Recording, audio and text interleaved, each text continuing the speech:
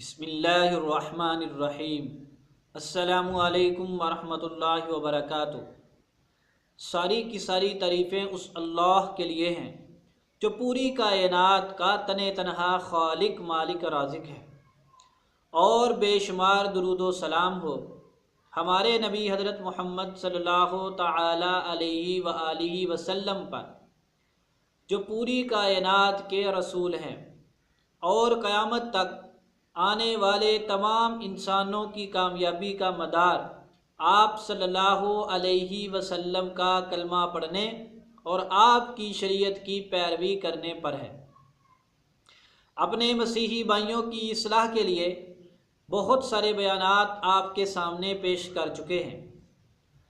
ایک ہمارا سلسلہ ہے عقیدہ توحید کو ثابت کرنا مسیحیوں کی مقدس کتاب بائبل سے، اور دوسرا مسیحیوں کو یہ بات بتلانا کہ جس کتاب کو تم الہامی، بالکل صحیح، تبدیلیوں کے بغیر مستند سمجھے بیٹھے ہو، وہ کتاب تبدیل ہو چکی ہے، اصلی مستند حالت میں باقی نہیں ہے۔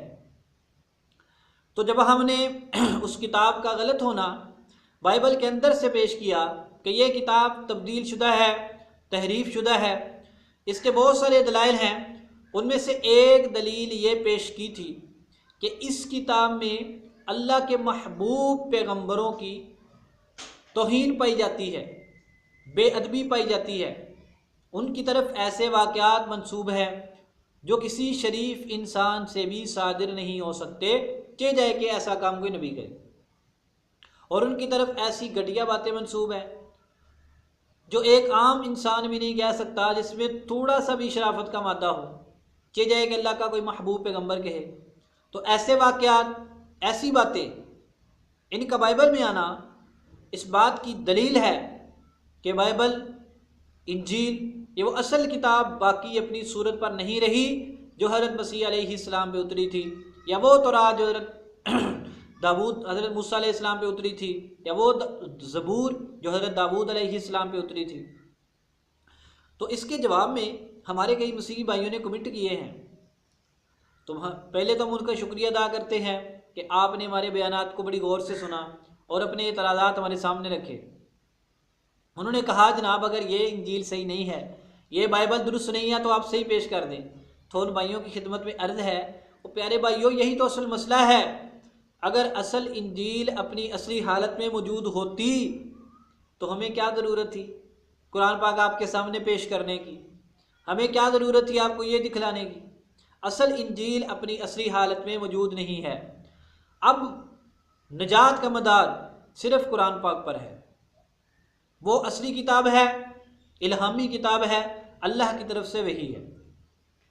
اصلی انجیل موجود نہیں ہے، اس لیے آپ قرآن پاک کو فالو کرو۔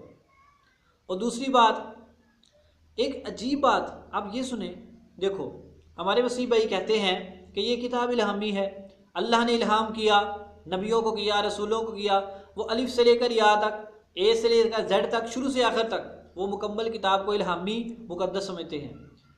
یہ عجیب بات ہے۔ اللہ تعالیٰ رسول کو بھیجتا ہے تاکہ لوگ اس کی پیروی کریں، اللہ رسول کی تعریف بھی کرتا ہے۔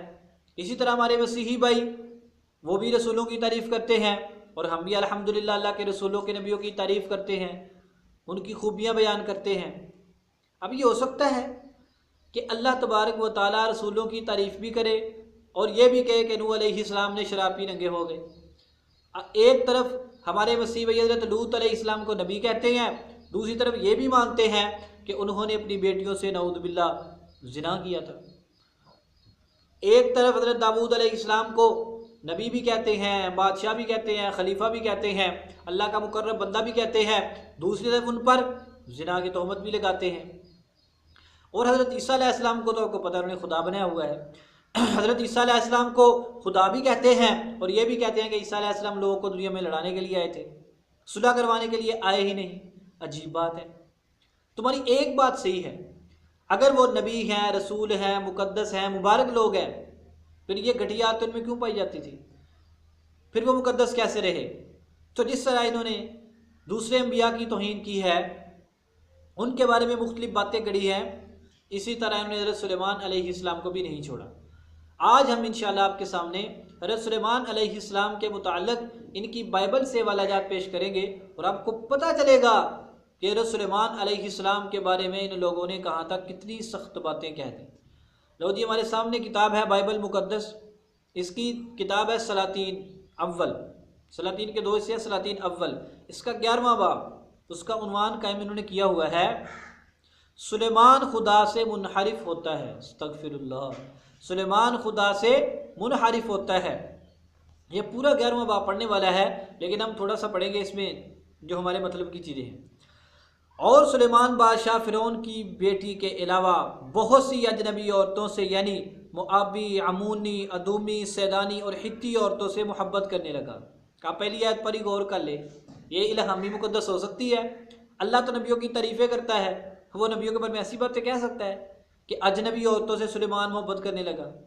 آگے، یہ ان قوموں کی تھی جن کی بابت خداوند نے بنی اسرائیل سے کہا تھا کہ تم ان کے بیچ نہ جانا، اور نہ وہ تمہارے بیچ ہیں، کیونکہ وہ ضرور تمہارے دلوں کو اپنے دیوتاؤں کی طرف مائل کر لیں گے۔ سلیمان انہی کے عشق کا دم بھرنے لگا، یعنی بنی اسرائیل کو روکا تھا ان میں مت جانا، حضرت سلیمان نے خدا کی نافرمانی کر کے انہی عورتوں کے پیچھے لگ گئے۔ استغفر اللہ۔ تیسری ہے، اور اس کے پاس 700 شہزادیاں اور اس کی بیویاں اور 300 حرمیں تھیں، اور اس کی بیویوں نے اس کے دل کو پھیر دیا۔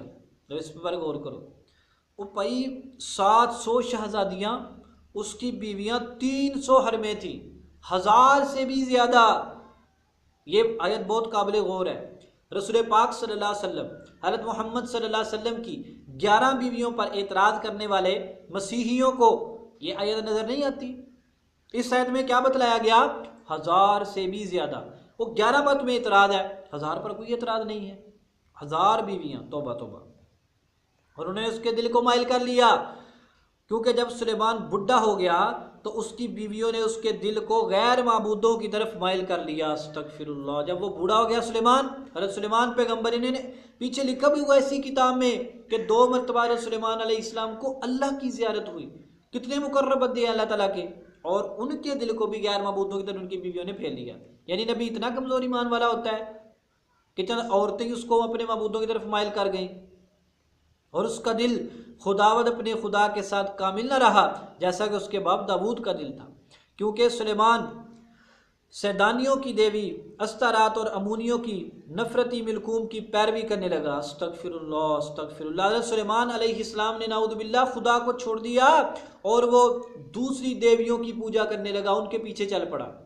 یعنی حضرت سلیمان علیہ السلام کا حضرت سلیمان کو ایمان سے خارج کر دیا۔ نوح علیہ السلام شراب پیتے تھے، عیسیٰ علیہ السلام لوگوں کو لڑاتے تھے، داؤد علیہ السلام نے معاذ اللہ زنا کیا، لوط علیہ السلام نے اپنی بیٹیوں کے ساتھ زنا کیا، توبہ استغفر اللہ معاذ اللہ، اور سلیمان علیہ السلام کو انہوں نے ایمان سے ہی خارج کر دیا، غیر معبودوں کے پیچھے لگا دیا، اور سلیمان نے خداوند کے آگے بدی کی۔ استغفر اللہ۔ اور اس نے خداوند کی پوری پیروی نہ کی جیسے اس کے باپ داؤد نے کی تھی۔ اور آگے انہوں نے اور باتیں لکھی ہوئی ہیں۔ پھر سلیمان نے موابیوں کے نفرتی کموس کے لیے اس پہاڑ پر جو یروشلم کے سامنے ہے، اور بنی امون کے نفرتی مولک کے لیے بلند مقام بنا دیا۔ اس نے ایسا ہی اپنی سب اجنبی بیویوں کی خاطر کیا جو اپنے دیوتاؤں کے حضور بخور جلاتی اور قربانی گزرانتی تھی، اور خداوند سلیمان سے ناراض ہو گیا، کیونکہ اس کا دل خداوند اسرائیل کے خدا سے پھر گیا تھا، جس نے اسے 2 بار دکھائی دے کر اس بات کا حکم کیا تھا کہ وہ غیر معبودوں کی پیروی نہ کرے، پر اس نے وہ بات نہ مانی جس کا حکم خداوند نے کیا تھا۔ لو جی، یہ 10 آیتیں ہم نے آپ کے سامنے پیش کی ہیں، کتاب مقدس بائبل، عہد نامہ قدیم، سلاطین اول، 11واں باب ہے۔ حضرت سلیمان علیہ السلام کے بارے میں آپ نے جو باتیں کی وہ سن لی، اجنبی عورتوں کے ساتھ تعلقات رکھے، اجنبی عورتوں کی طرف مائل ہو گئے، ان کی اتنی باتیں مانی حتیٰ کہ ان کے معبودوں کی پیروی کرنی شروع کر دی، اور ان کے معبودوں کے لیے اپنی بیویوں کو خوش کرنے کے لیے بہت سارے کام کر دیے۔ بھلا اللہ کا نبی ایسے کر سکتا ہے؟ یہ ہو سکتا ہے کہ اللہ تعالیٰ ایک بندے کو رسول بنائے، نبی بنائے، وہ اللہ کا انکار کر دے؟